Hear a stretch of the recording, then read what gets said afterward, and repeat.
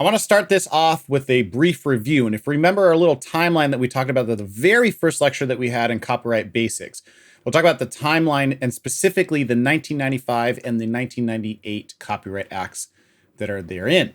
At this point, if you've been asleep in triple DRP, I don't really know what you're doing in this class, and good luck passing, but triple DRP, the P part, performance, we had a whole lecture about what performing rights organizations and the right of public performance looks like in compositions.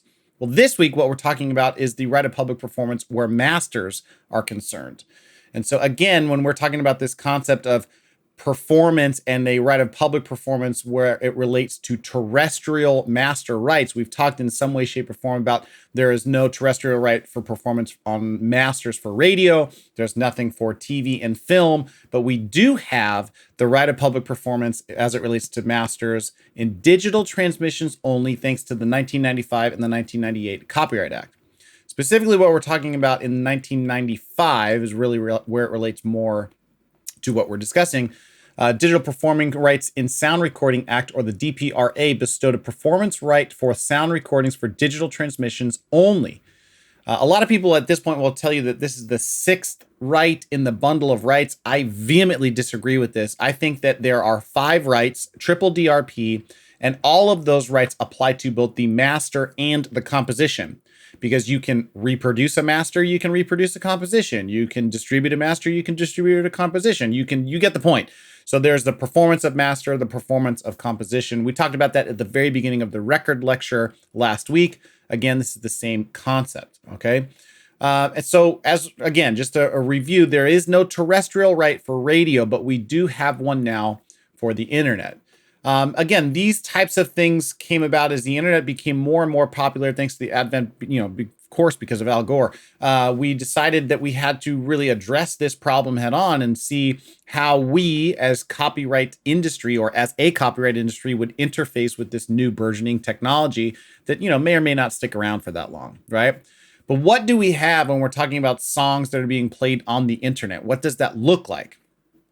The first thing we have, obviously, is the song. When a song is played on the internet, it needs a small public performance license direct from the copyright owner or from the PRO for non-interactive, and a mechanical license directly from the copyright owner for interactive.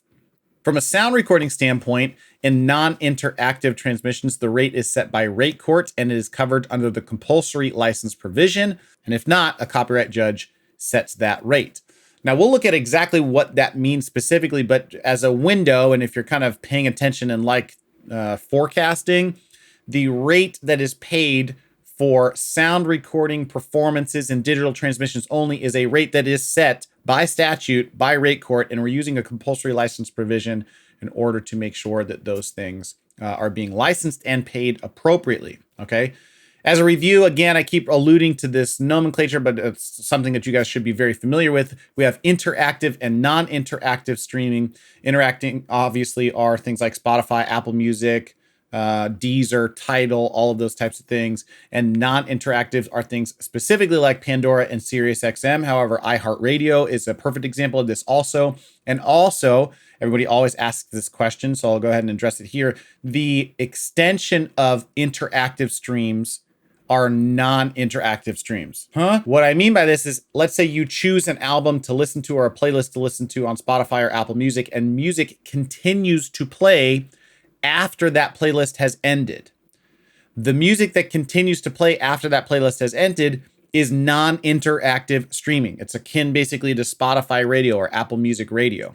So you have both of those transmissions that are happening, and both of them are paid different rates. So to round this little history lesson up, what we have is the 1995, 1998 Copyright Acts give us this right of public performance for the master in digital transmissions only. We also established that the rate that's going to be paid for those digital transmissions is going to be a statutory rate set by the Copyright Board, and the license that we are going to use is a compulsory license for those types of exploitations. Now, this kind of transaction, alongside with the kind of burgeoning internet, has the need for us to create an entity that is going to take care of these types of licenses and the royalty payment and distribution of those payments, okay? This is very similar, if you've been paying attention, to what the MMA did in terms of creating a mechanical licensing collective, or the MLC. Only this is, several years prior to this actual kind of entity being born, this MLC being born.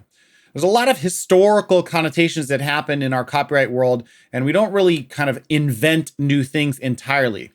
Streaming is very dependent on what the mechanical language and licenses that happen before it. Performance is the same thing. Synchronization is the same thing. Kind of look at what's been going on and say, historically speaking, interactive streams feel like a mechanical license. Non-interactive streams feel like a performance license. And so we kind of handle those things accordingly so that we're not rocking the boat and creating these brand new procedures and processes.